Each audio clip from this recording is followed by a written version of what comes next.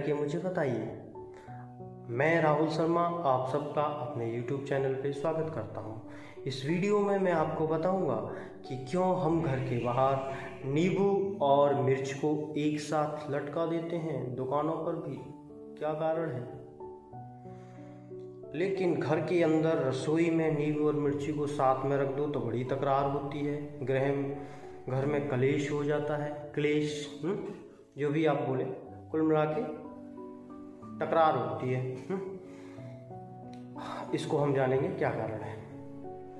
हम यह भी जानेंगे इस वीडियो में कि बॉडी के अंदर इम्यूनिटी बूस्टर की तरह नींबू कैसे काम करता है और कोरोना में इसके क्या क्या लाभ हैं। क्या ये HIV वायरस को भी मार सकता है, यह भी इस वीडियो में जानेंगे।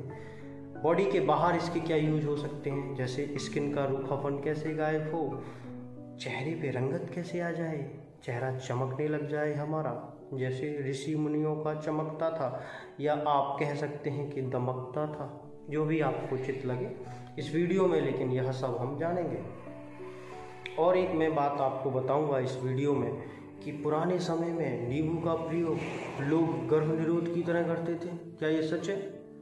फैमिली प्लानिंग में कंडोम की जगह नींबू का यूज हो सकता है, यह भी इस वीडियो में हम जानेंगे। वीडियो को आप पूरा देखिएगा, बीच में स्किप नहीं करना है, वरना आपको कम ज्ञान मिलेगा। और a little knowledge is dangerous, ठीक है। सारी चीज़ें जानूंगा और भी बहुत कुछ। मैं वीडियो को शुरू कर रहा हूँ, अधिक समय नहीं ले रहा। अभी तक आपने जाना होगा कि नींबू में विटामिन C होता है, तो आपने गलत जाना। नींबू में विटामिन A भी होता है, B भी होता है, C भी होता है। विटामिन C की मात्रा थोड़ी ज़्यादा होती है। नींबू में सिट्रिक एसिड भी होता है।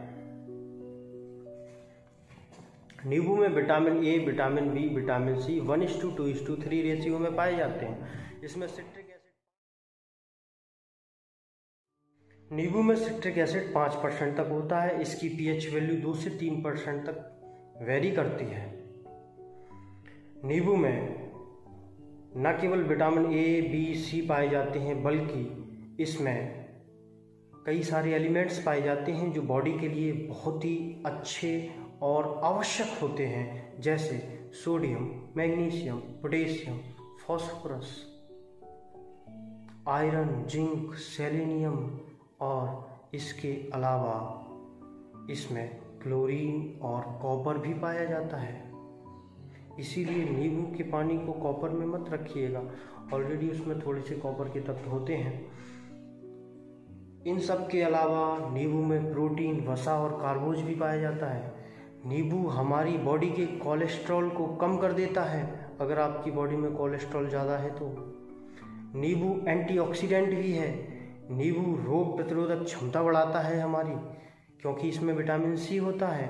तो इम्यूनिटी बूस्टर के लिए कोरोना काल में किसी और दवाई को, जो कि एलोपैथी की है, साथ में कुछ बीमारियां भी आपको गिफ्ट में देगी, उसकी बजाय आप नींबू का प्रयोग करें। अगर आप नियमित नींबू का सेवन करते हैं तो बॉडी में विटामिन C और पोटेशियम पर्याप्त मात्रा में होता है। अगर यह ज़्यादा भी आ जाते हैं तो कोई बात नहीं है। Vitamin B, vitamin C, potassium यह जल में घुल के बॉडी से बाहर भी निकल जाते हैं। अगर किसी को एनीमिया है तो वो नींबू का सेवन करे। ब्लड के न केवल डिटॉक्स को दूर करता है, ब्लड लेवल को भी बढ़ाता है बॉडी में, अगर कम है तो। अगर किसी को सर्दी, जुखाम, बुखार, सिर दर्द ऐसी कोई प्रॉब्लम है तो वह गर्म पानी में नींबू डाल के उसको सिप सिप करके पिए। तो ये नींबू के बॉडी के अंदर क्या क्या यूज है वो मैं आपको बता रहा हूँ। सुबह जगने के बाद गर्म पानी में नींबू और 1 चम्मच शहद डालकर आप पीते हैं तो दिन भर आप स्फूर्तिवान रहते हैं, आप एनर्जेटिक फील करते हैं, आपका मेटाबॉलिज्म अच्छा होता है, इसलिए आपके पास जो एक्सेस फैट है वो डाउन होता है, यानी वजन कम होता है। अब बॉडी के बाहर नींबू के क्या प्रयोग हैं वो मैं आपको बताता हूँ। अगर आपके चेहरे पे मुहासे हैं, कील हैं, तो स्किन की टोन सही करने के लिए आप नींबू के छिलके में ठंडा उसे कर लें बर्फ़ के द्वारा और चेहरे पे रबिंग करें, आपकी त्वचा दमकने लगेगी। अगर आपकी बॉडी से जो पसीना आता है उसमें स्मेल बहुत आती है, तो आप एक बकेट गर्म पानी, जो कि सर्दियां हैं अभी, उसमें नींबू निचोड़ें और उससे स्नान कर लें। ना केवल आप ऊर्जावान स्फूर्तिवान महसूस करेंगे, बल्कि आपकी स्किन डिजीज से भी राहत मिलेगी। आप चाहें तो नीम का भी प्रयोग कर सकते हैं, क्योंकि नीम में एजेडायरेक्टिन होता है जो स्किन के लिए बहुत अच्छा होता है और हमारा इम्यूनिटी बूस्टर भी है वो भी। तो आप नीम और नींबू को एक साथ यूज कर सकते हैं नहाने के दौरान। न केवल आपके शरीर से बदबू दूर होगी, क्योंकि नींबू के जो छिलके होते हैं उनसे इत्र भी बनाया जाता है। आपको ये जानकारी कैसी लगी? अच्छी लगी ना? अरे साबुन में आप देखते हो फेस पैक जो आजकल आ रहे हैं चेहरे पे लगाने के लिए, फेस पैक, उनमें भी नींबू का प्रयोग किया जा रहा है। नॉर्मल सी बात है।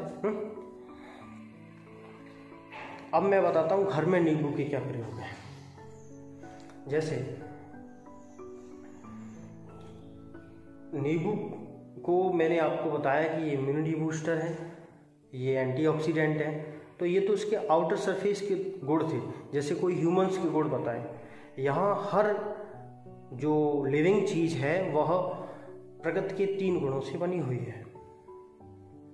तो एक तो उसका बाहरी रूप है, एक उसका अंदर का है। जैसे ह्यूमन बीइंग की कोई विशेषता बताए, ब्रेन है, फिर उसके माइंड का अध्ययन करें। ऐसे ही नींबू जो इम्यूनिटी बूस्टर है, एंटीऑक्सीडेंट है, वह उसकी अगर प्रकृति को मैं देखूं तो वो एनर्जी जो नेगेटिव होती है उसको एब्जॉर्ब कर लेता है, नींबू और नमक। इसको नोट कर लें आप। तो अगर आप चाहते हैं कि आपके घर का माहौल आनंदित हो, आनंदपूर्ण हो, शांतिपूर्ण हो, तो आप नींबू और मिर्च को एक साथ यूज करें, लटका दें बाहर। यह नेगेटिव एनर्जी को एब्जॉर्ब कर लेगा और घर आपका अच्छा रहेगा। या बाहर घर के एक नींबू का पेड़ लगा दें, ये और भी अच्छा रहेगा।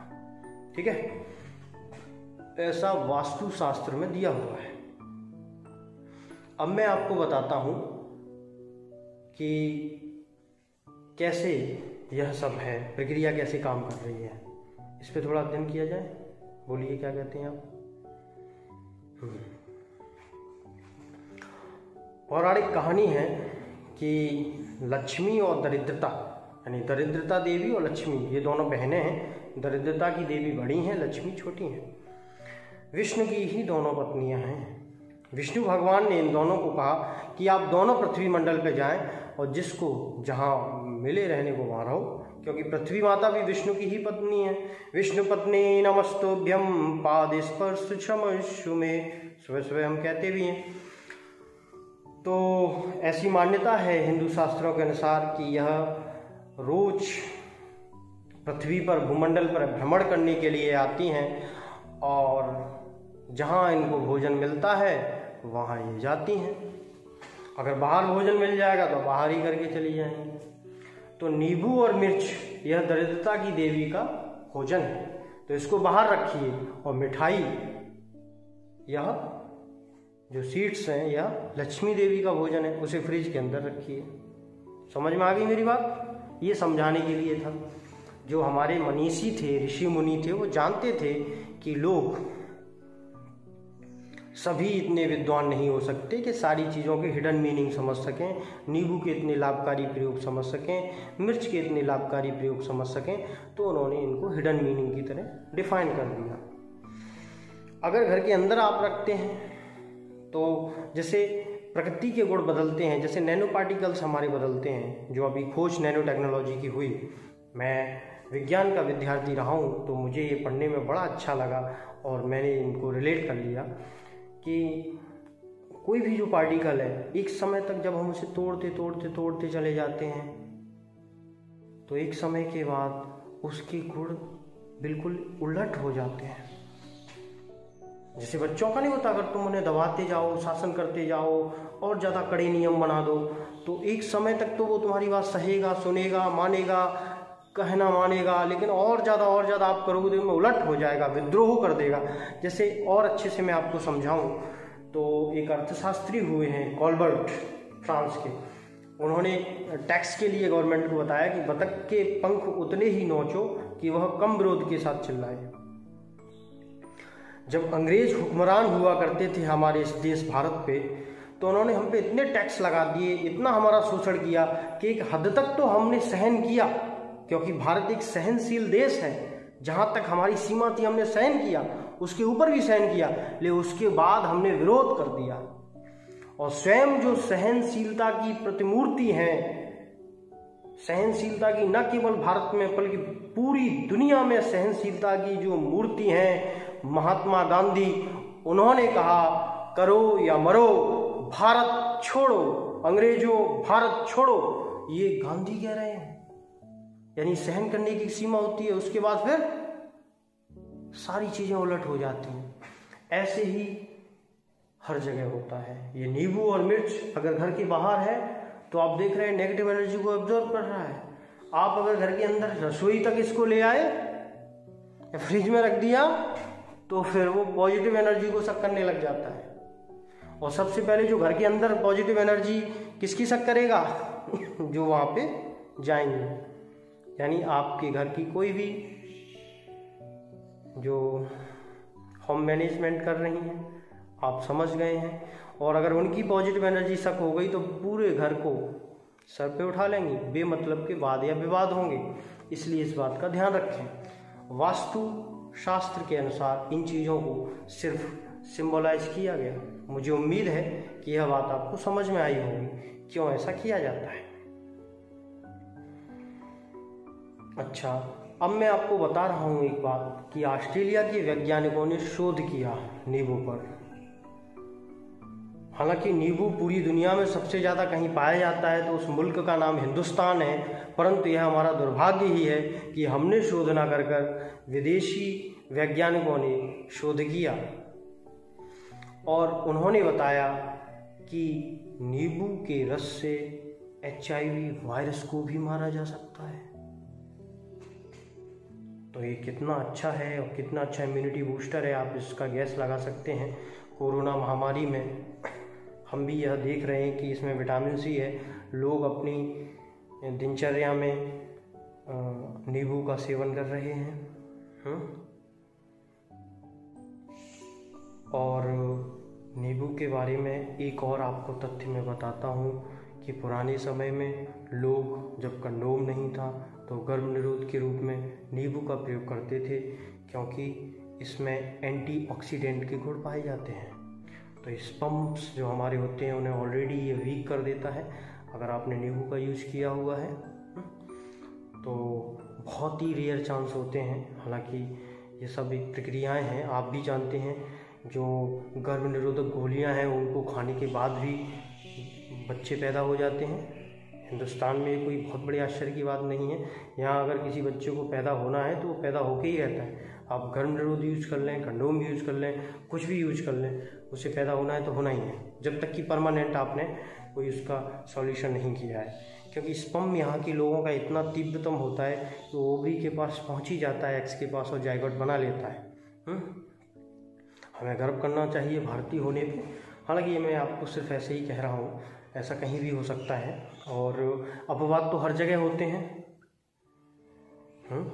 तो यही है, लेकिन काफ़ी समय तक यूज़ किया पुराने समय में लोगों ने। अब तो हमें आवश्यकता ही नहीं है इसे गर्भ निरोध की तरह यूज़ करने की। बाकी जो हमें आवश्यकता है वो मैं आपको बता चुका हूँ। आपको और भी नींबू के बारे में जानकारी चाहिए तो कमेंट कीजिएगा, मुझे बताइएगा कि आपको नींबू के बारे में और क्या क्या जानना है, मैं आपको बताऊंगा। अगर आपको समझने हैं नींबू के नुकसान क्या हैं तो मेरे साथ बने रहिएगा, मुझे बताइएगा। मैं एक और वीडियो लेके आऊँगा, उसमें आपको नींबू के नुकसान भी बताऊंगा।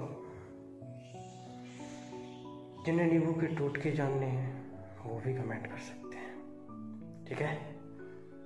आपने इस वीडियो को देखा उसके लिए मैं आपका अनुग्रहित हूँ। आपका बहुत बहुत धन्यवाद। Please like, share and comment, और जब सब्सक्राइब करें तो बेल आइकन ज़रूर दबा दें।